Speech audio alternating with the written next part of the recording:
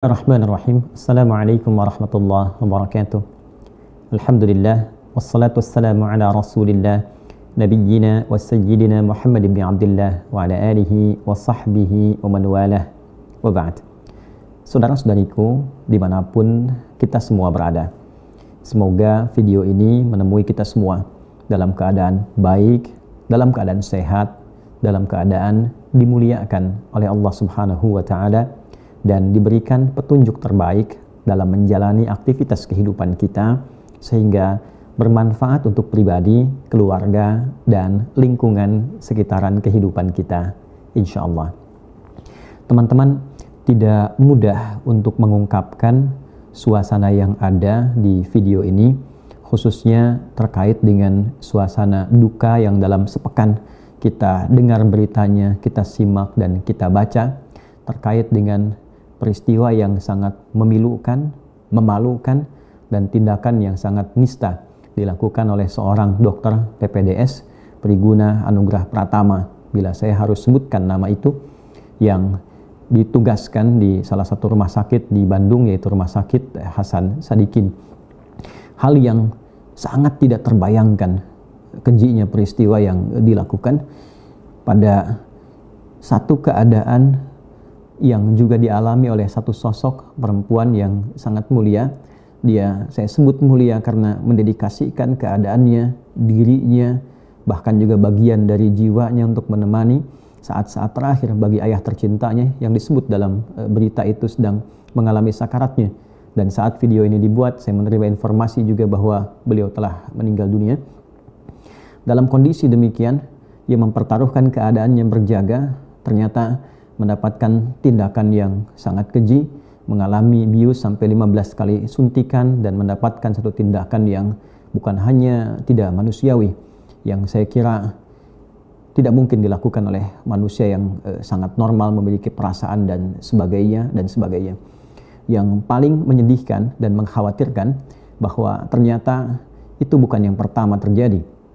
Ternyata ada korban-korban sebelumnya, dan yang terakhir ini menjadi nista karena dilakukan pada saat berada dalam momentum Ramadan, bulan yang suci, di malam yang baik, dalam keadaan orang-orang umumnya bagi muslim sedang beribadah, bahkan non-muslim pun menghormati, memperhatikan situasi itu, dan kemudian terjadi tindakan yang sangat nista, sangat tidak mudah saya mencari kata untuk melukiskan dan mengekspresikan gejolak emosi yang kita semua mengalami itu menyikapi peristiwa dimaksud.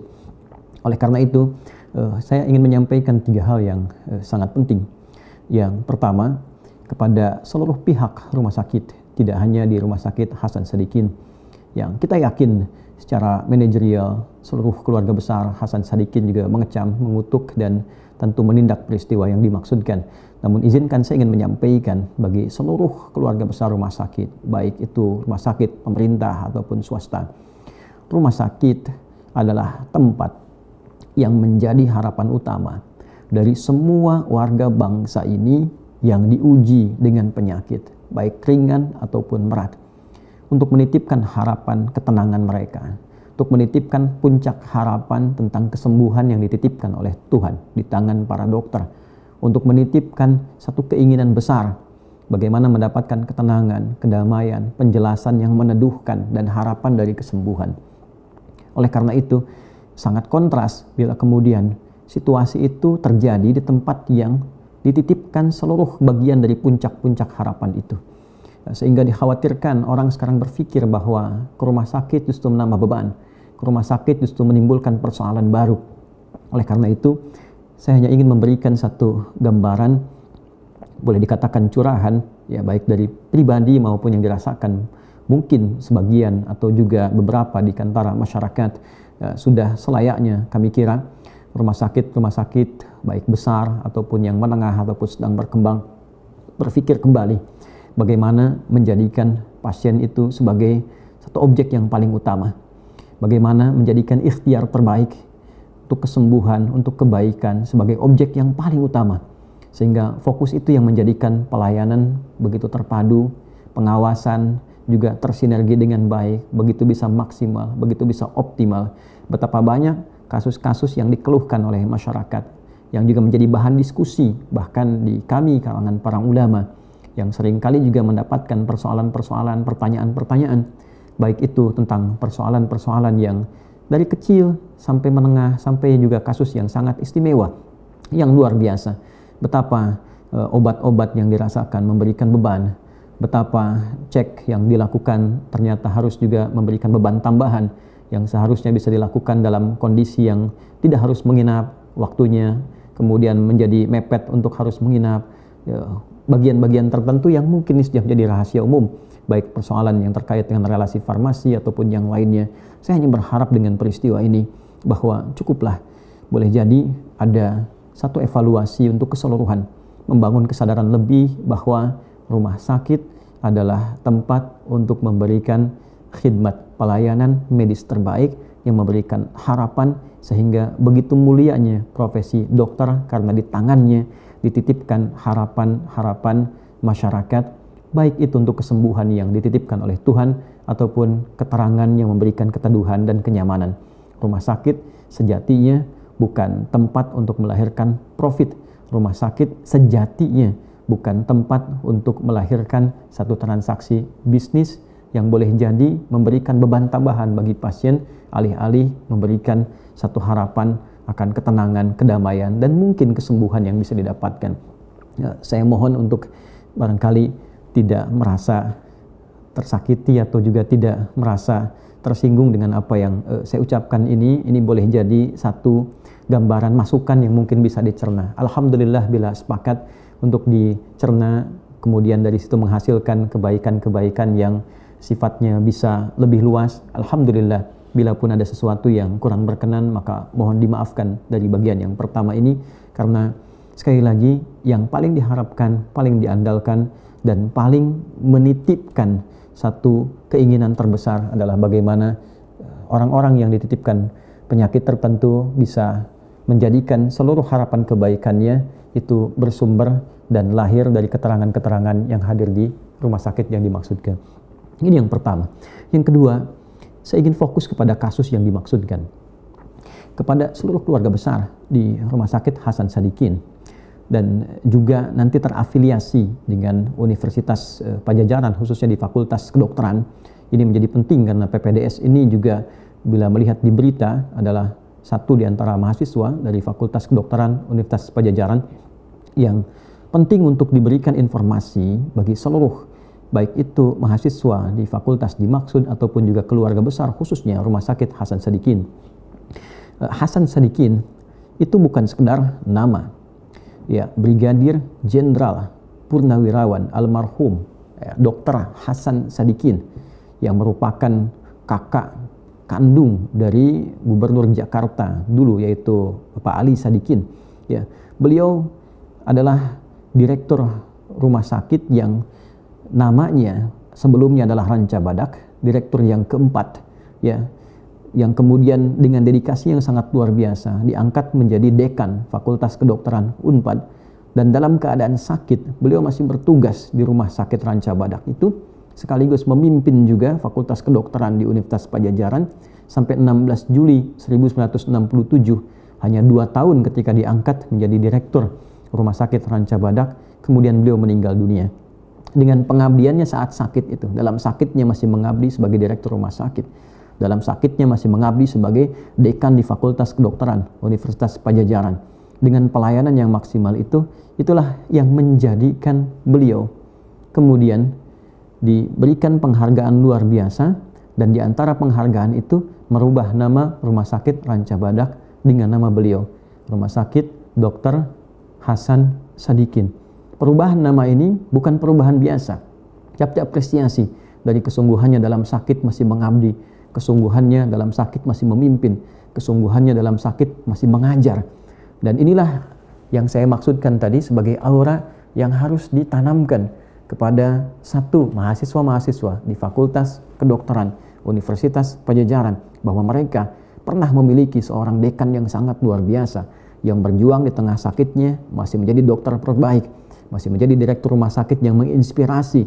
Ini masih ditanamkan kepada mahasiswa kedokteran di Universitas Padjadjaran khususnya, bahwa mereka mesti bangga Mereka mesti merasakan satu hal yang istimewa karena pernah memiliki dekan yang hebat, yang berjuang sampai titik darah penghabisannya, yang berjuang dengan pengabdiannya walaupun beliau sedang merasakan sakitnya.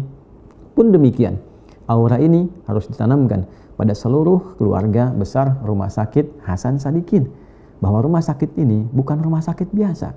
Rumah sakit ini pernah dipimpin oleh sosok Direktur Umum Rumah Sakit yang mendedikasikan hidupnya sampai dengan wafatnya. Dalam sakitnya masih mengabdi, dalam sakitnya masih memberikan pelayanan terbaiknya.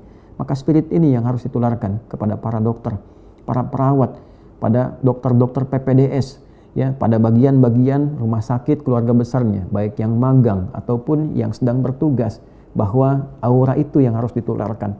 Pelayanan maksimal, yang terbaik, dioptimalkan, sekaligus juga satu konsentrasi yang penuh mungkin sampai titik darah penghabisan sebagai niat ibadah kepada Allah Subhanahu wa Ta'ala. Pun demikian, ketika mengalami peristiwa ini, mengapa di awal saya sebut memilukan, memalukan, dan sangat keji? Karena bukan hanya merusak nama dokter, tapi juga dalam saat yang bersamaan menghancurkan, ya, nama sosok yang begitu luar biasa, mempertaruhkan segala yang terbaik yang ia miliki untuk kebaikan alma maternya, untuk kebaikan juga tempat ia mengabdi di rumah sakitnya, sampai disebut dengan namanya. Maka dalam satu momentum ini, dengan perilaku yang sangat tidak manusiawi itu, dan tentunya tidak mengenal tentang keistimewaan Hasan Sadikin, tentang keistimewaan Fakultas Kedokteran Universitas Padjadjaran, ia merusak alma maternya, ia merusak juga nama baik dekan, keluarganya, koleganya, bahkan orang yang dengan namanya menjadi nama rumah sakit di tempat ia sekarang bertugas. Oleh karena itu, ya tentu hukuman diserahkan kepada pihak pengadil, ya, dan semua berharap bahwa hukuman-hukuman dimaksud itu bukan hanya hukuman yang memberikan efek jera kepada pelaku, tapi juga mencegah. Ini yang paling penting, mencegah perilaku tersebut bisa berlangsung di kemudian hari. Kita berharap tidak akan muncul periguna-periguna yang baru ke depan, dan kita juga tentu mendoakan yang bersangkutan agar bisa bertobat, membuka lembaran hidup yang baru untuk ke depan dengan lebih baik, kan? Dan tentunya hukuman itu tidak mengurangi segala hal itu untuk mendapatkan hukuman yang sangat setimpal dengan pelaku yang dimaksudkan. Ya, pun demikian kita berharap kepada seluruh pihak terkait juga bisa memberikan tanggung jawab, baik itu moral terutama secara psikologis pada korban-korban yang mengalami peristiwa yang sangat nista itu. Ya, kita berharap sosok-sosok yang terbaik bisa mendampingi, memberikan support yang luar biasa, membangun kembali jati dirinya supaya dia bisa eksis, bisa kuat, dan semoga Allah memberikan ketabahan pada keluarganya. Dan yang terakhir, yang ketiga, kita tentu mengapresiasi, mengucapkan terima kasih kepada seluruh pihak yang telah menangani perkara ini dengan cepat, ya. Polisian daerah Jawa Barat, kita tentu apresiasi kerja cepat, kerja tegas, dan kerja lugasnya yang mengungkap hal yang dimaksudkan, sehingga tidak hanya menjadi konsumsi di berita, tapi betul-betul diselesaikan dengan cara yang baik dan benar, ya. Sekalipun boleh jadi ada stimulus yang ditampilkan, dan ini nggak mudah, ya. Korban bisa memberikan satu pernyataan di media sosial kemudian viral dan tertangani. Lepas daripada itu, ya, terima kasih kita ucapkan pada berbagai pihak. Ya, video ini dibuat tidak ingin diniatkan hanya untuk menumpang memberikan satu penjelasan atau masukan, tidak. Lebih daripada itu, kita berharap ada bagian-bagian yang selama ini mungkin tidak disadari, ya, baik itu di keluarga besar rumah sakit ataupun di kampus ketika menugaskan siswa-siswanya untuk magang di rumah sakit dimaksud, ataupun juga keluarga besar di dalamnya, bahwa ada marwah, ada nilai kebaikan istimewa yang belum tentu ditemukan di rumah sakit lain, yang harus terjaga, yang harus diviralkan ke seluruh bagian rumah sakitnya, bahwa ini rumah sakit yang baik, ini rumah sakit yang mewarisi perjuangan sampai titik darah penghabisan, dan ini harusnya menjadi kebanggaan, bukan menjadi tempat yang kemudian disoal dengan hal-hal yang tentu kita tidak harapkan. Lebih daripada itu, kita bermohon kepada Allah semoga kita ini dijaga semua dalam kebaikan. Ini pesan yang sangat penting bagi kita semua, baik itu di pemerintah, para pimpinan, masyarakat kita semua. Ada banyak hal yang rasa-rasanya perlu kita semua mengoreksi diri, bermuhasabah, berevaluasi. Ada banyak peristiwa-peristiwa yang sesungguhnya tidak layak terjadi. Tidak layak terjadi. Hal-hal yang setiap hari kita saksikan, berita yang tidak baik, berita buruk, berita ini dan itu, yang seharusnya tidak kita konsumsi yang seperti ini, dan tidak kita harapkan terjadi dalam kehidupan kita. Oleh karena itu kita bermohon pada Allah, mudah-mudahan lembaga pendidikan semakin kuat, penguatan keimanan, ketakwaan semakin ditekankan. Saya mohon sekali di sekolah-sekolah dari mulai dasar ya sampai ke menengah, sampai ke atas, sampai ke kampus, mohon diperkuat lagi sisi keagamaannya. Diperkuat lagi sisi keagamaannya seperti amanat Undang-Undang Pendidikan Nasional. Dahulukan keimanan dan ketakwaan sebagai amanat undang-undang yang disebutkan dalam Undang-Undang Sisdiknas, Undang-Undang Dasar 1945, mengamanatkan pemerintah mengusahakan menyelenggarakan satu sistem pendidikan nasional yang meningkatkan keimanan dan ketakwaan pada Tuhan Yang Maha Esa serta akhlak mulia. Saya yakin kalau keimanan, ketakwaan didahulukan dan melahirkan akhlak, dengan akhlak itulah kemudian para alumni bisa melayani dengan profesi apapun, baik itu di birokrasi, diplomasi, di kedokteran, di pendidikan, keilmuan dan sebagainya. Kita berharap yang terbaik untuk semua. Mohon maaf bila ada hal yang kurang berkenan. Tidak lebih hanya sekedar keinginan untuk bisa memberikan yang terbaik, untuk mencintai, untuk juga memberikan satu hal yang positif untuk semuanya. Maafkan bila ada hal yang kurang berkenan. Terima kasih. Adi Hidayat. Assalamualaikum warahmatullahi wabarakatuh.